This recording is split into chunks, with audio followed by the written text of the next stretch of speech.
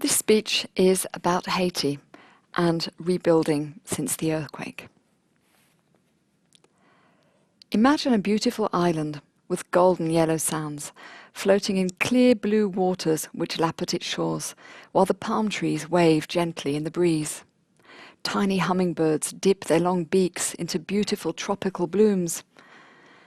You might think that I'm describing paradise, but you would be very wrong. Very wrong indeed, because for a lot of people, it's actually turned into hell. Haiti is a beautiful tropical island, indeed, but it lies on a fault line. A fault line is where two of the plates that make up the Earth's crust meet. These tectonic plates aren't stable. Sometimes they move. And this is exactly what happened 2 years ago, causing an earthquake which was exceptionally violent. These plates rubbed over each other, causing the earthquake which left hundreds of thousands of people dead or injured and 1 million people homeless. Buildings and bridges collapsed, water and electricity supplies broke down. Communications in the form of radio and telephone became completely impossible. The very roads were broken up. There were, of course, the usual desperate pleas for international assistance. Rescuers, money, and United Nations forces were sent in to act as rescuers and as a police force. They had to rescue people from collapsed buildings, set up field hospitals to treat the injured, as well as temporary storage for bodies in the hope that later on they would be identified. They also had to prevent hungry, frightened people from looting. That was a picture from hell.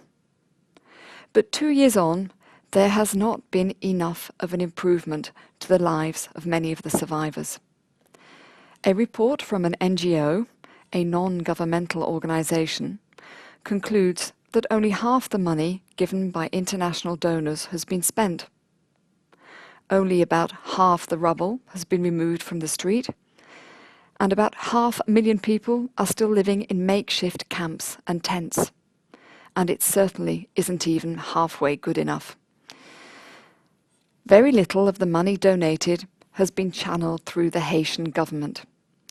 In a climate of political dispute, instability, of chaotic housing projects and land registry conflicts, foreign governments simply don't have enough confidence in the island. Most Haitians don't have running water, they don't have a toilet or even have access to a doctor. Cholera is still a major threat to public health, and 70% of the workforce is either unemployed or underemployed.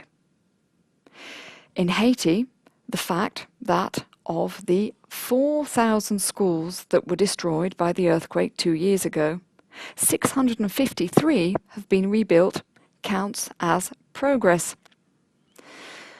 Why has all this taken quite so long? Simply because of good intentions. The aid donor countries wanted the rebuilding and recovery to be led by Haiti and Haitians themselves, and not be driven from the outside by foreign powers abroad. As Haiti took over 5 months to form a new government after the disaster, donors turned off the tap. By trying to work hand in hand with the Haitians instead of imposing projects from the outside, recovery has actually been slowed down. It's a perfect, if sad, illustration that not only is the road to hell paved with good intentions, but the road away from it is too.